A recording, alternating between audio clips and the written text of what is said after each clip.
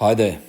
In today's lesson, or this lesson, we're going to look at the combinations of transformations, and we're going to learn how to determine transformations from given expressions.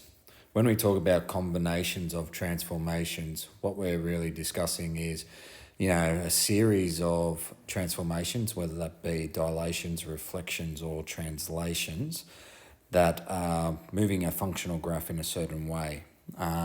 So what I'm hoping to achieve out of this lesson for you as students is for you just to get a sense how you would go through the process of applying different combinations of transformations, and then in the second part of this, presenting some problems when we're looking to determine what transformations have occurred to get from one particular function to another.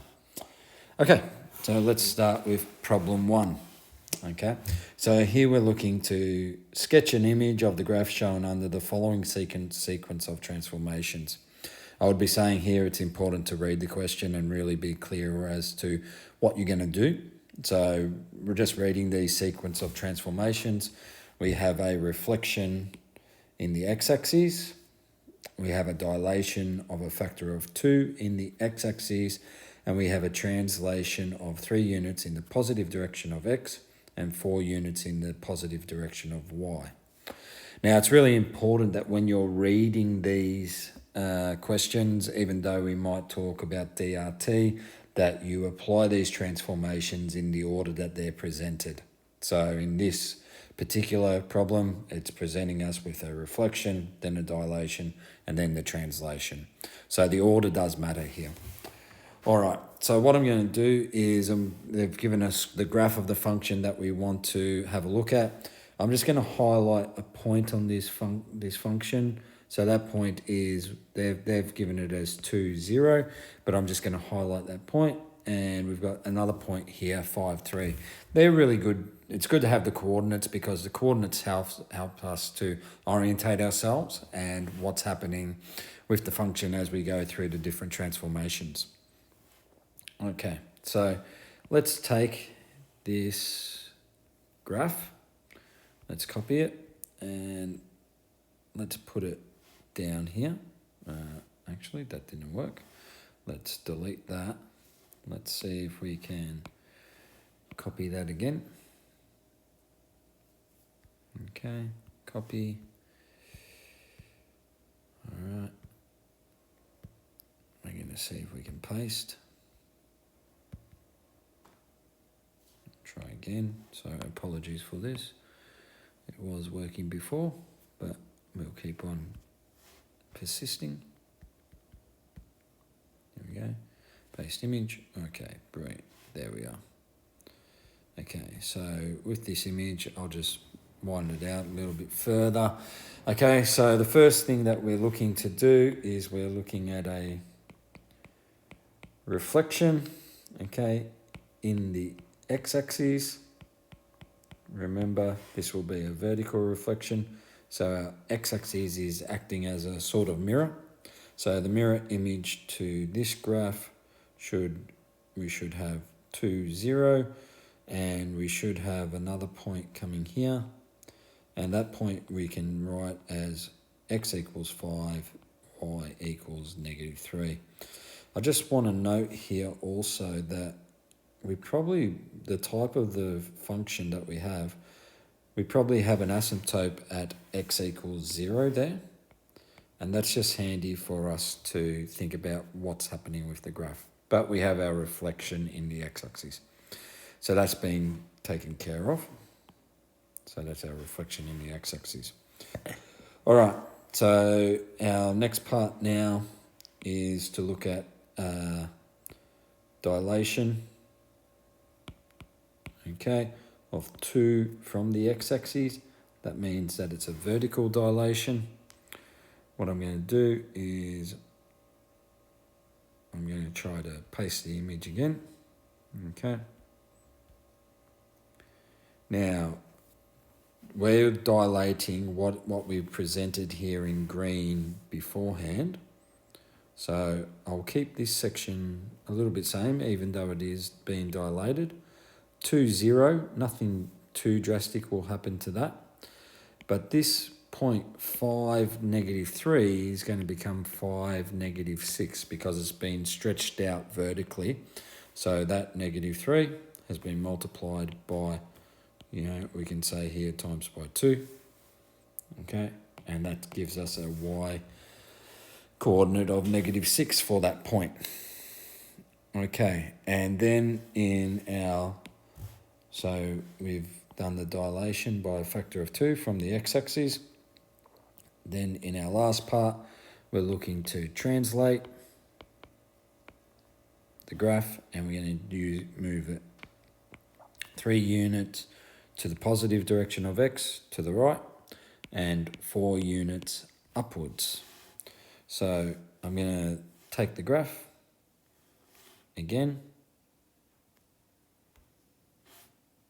Okay, and what we're looking to do here is we're again looking to move this green function here that I have here.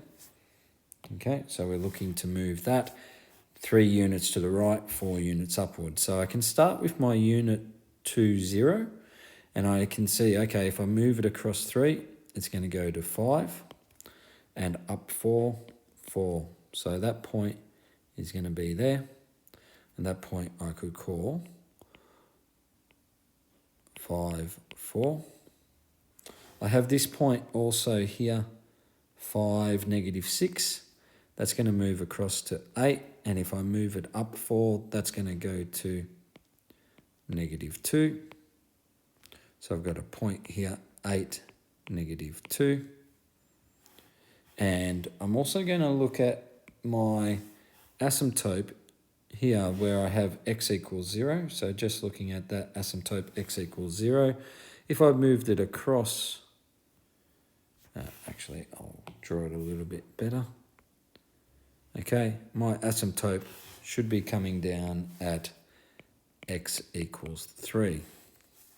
So all of that information is going to help me graph. I'm just going to graph over the old coordinates through the new. Okay, and that's our graph. Now they ask us also, so I'll just put that there, and there we have our graph. Okay, so let's move to problem 2 now. So here we're being asked to sketch a graph of y equals 3 on x squared. That's a truncus graph, okay, and then sketch the image under the sequence of transformations.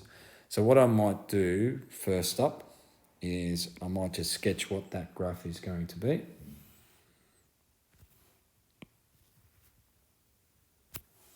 Okay, I can say here with this graph, it's going to be a truncus. I've got asymptote at x equals 0 and an asymptote at y equals 0, which I'll keep. Okay, I'll just label them. X equals 0, and it's going to be a truncus. It's a positive truncus, so no need to worry about that. I might want to add a point in here. When x equals 1, I can see that y equals 3. That's a nice point for us to have on the graph. What I'm going to do is I'm going to take this image of the graph. Yeah, I'm going to copy it. I'm going to bring it over here. And then we're going to talk about what happens with our transformation. So the first thing that I will note here is that we're looking to dilate by a factor of 2 from the x-axis. So that's going to be a vertical dilation. So this point 1, 3 is definitely going to become 1, 6 because it's being dilated upwards. Okay, our graph will then look something like that, where it's been multiplied, and I might highlight that as that being the new graph. Okay, so there we have our truncus with our dilation. So dilation, 2 vertically. Okay, then our next sequence is to translate the graph. Okay, 2 units to the negative direction and 1 unit in the negative direction of y. Okay, so that I'm going to really consider what's going to happen to my asymptotes here. So first thing I can say with my asymptote, if I start moving x equals 0, this asymptote is going to be located at x equals -2. And then I've got another asymptote at 1 unit in the negative direction. So the asymptote of y equals 0, that asymptote is going to come down to y equals -1. And I can do a sketch of my graph, what that might look like. Okay, I can start thinking about what that point might be. Okay, so I'm going to deal with 1, 6. I've moved it 2 units. So this point here could be -1, 5. Okay, and then to finish it off, okay, so we've done that translation. There's a reflection in the x-axis, which I'm going to look at. So essentially what I'm going to be looking at is reflecting it along there. So we can say here, a reflection in x.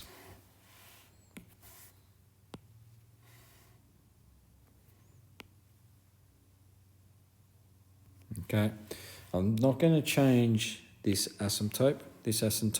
Okay, there's not a reflection in y, so this asymptote remains the same. However, this asymptote of y equals -1, that is going to change, and that's going to be y equals 1 as an asymptote. And then my graph is reflected like so, okay, according to the asymptotes. And I'm going to have a point here of -1, 5. That's what that point will be, -1, 5.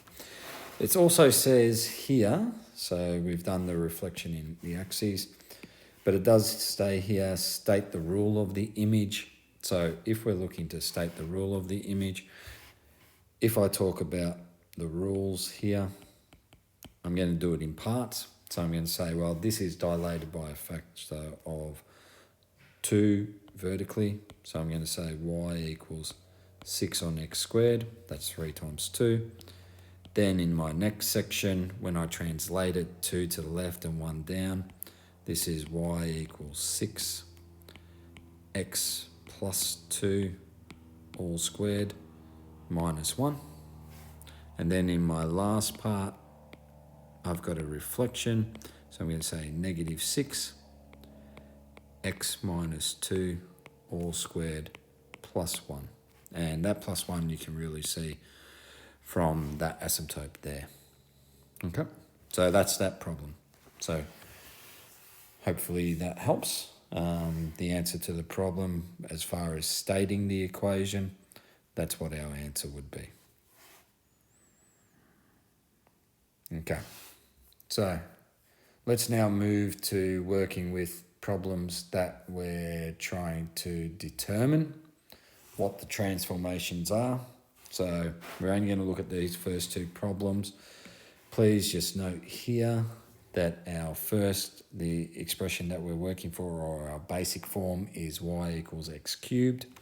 So when I look at A1, what I'm going to do is I'm going to write this as an image. So I'm going to say y image equals 2x minus 1 cubed plus 3. And I'm going to try to get it as much as in terms of y in the form of y equals 3, and specifically honing on this x to the power of 3 as I can. So, and that should be x image there. So this is going to become y image minus 3. divided by 2 equals x image minus 1 cubed. And what I can say there now is that x equals x image minus 1. So this is written as x image equals x plus 1. And y becomes y image minus 3 on 2. And this y image equals 2y minus 3. So my transformations here, and normally we will start with the y transformations, okay? Or normally we look to do the dilations first. So we're going to say there's a dilation of 2, okay, vertically, this 2 vertically with y. We've got a translation of 1 unit to the right and a translation of 3 units. Sorry, that should be a plus upwards.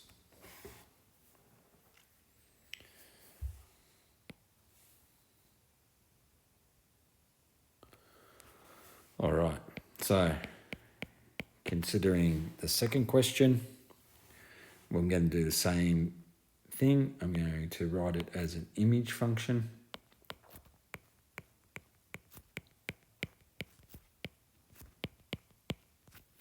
I'm going to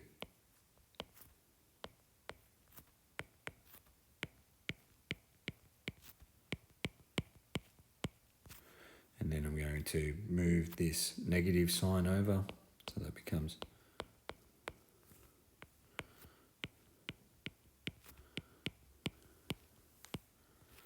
and I could say x equals x image plus 1. X image is equal to x minus 1. Okay. Y equals negative y image plus 2. Okay. Y minus 2 equals negative y image negative, and my y image here, let me take that off. If I write my y image by itself, it's negative y plus 2. So my transformations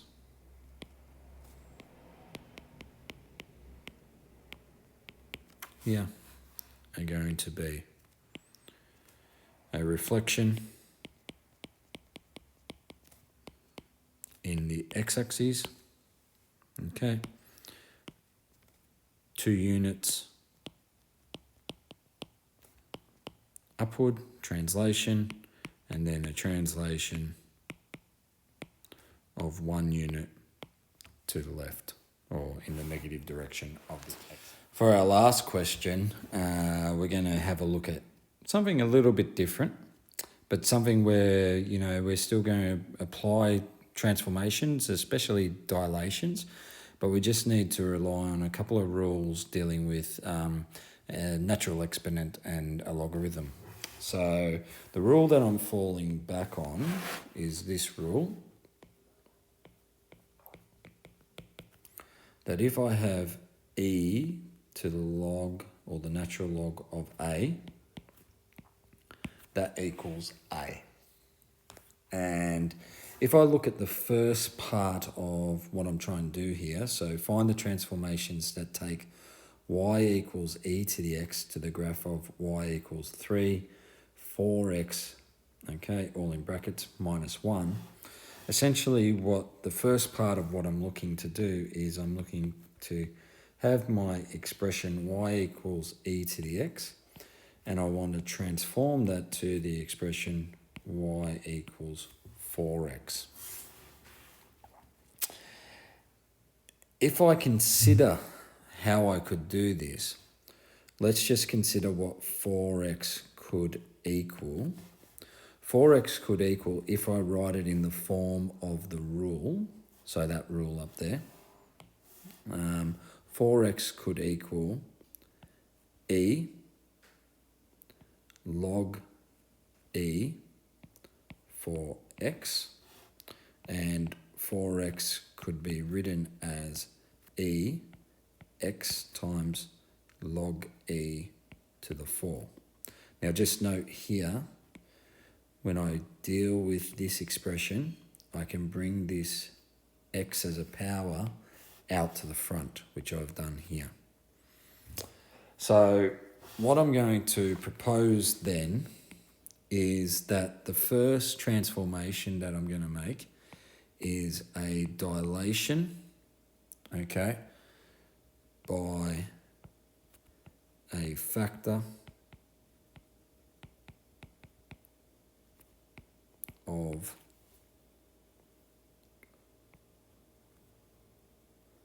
1 over log e to the 4, okay, from the y-axis. Now it's going to be a horizontal translation. And if I was going to apply that, what I'm saying here is that x image is becoming, or sorry, not x image, let's go back just for a moment. X is becoming 1 log e to the 4 x image, okay? And that x image then can be expressed as log e to the 4. And if I start, I'll just bring it up a little bit further. If I say y image equals e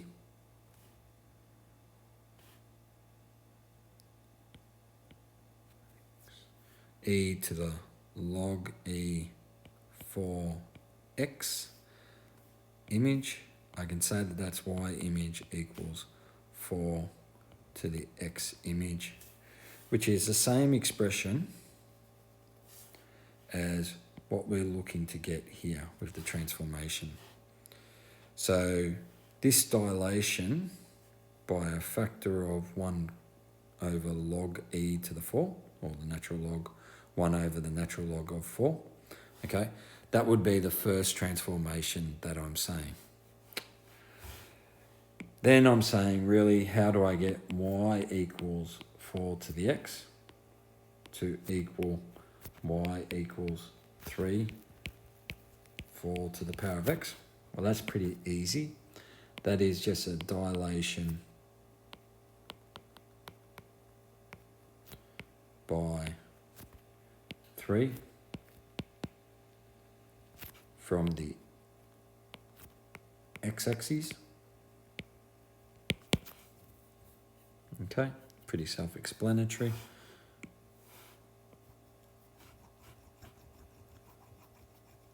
Okay, that's our second transformation.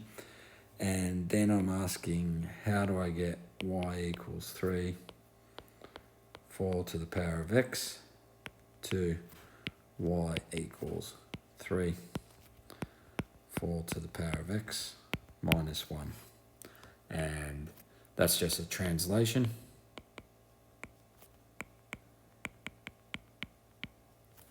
of 1 unit downwards. So to answer the question, find the transformations that take y equals e to the x to the graph of y equals 3, 4, okay, 3 times 4 to the power of x minus 1.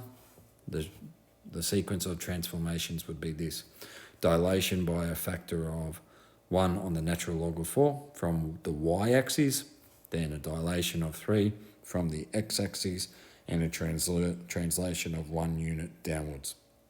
This is a really interesting question to look at. Okay, it's quite good to be able to deal with your logs in such a fashion. All right, we'll leave it there. Have a great day.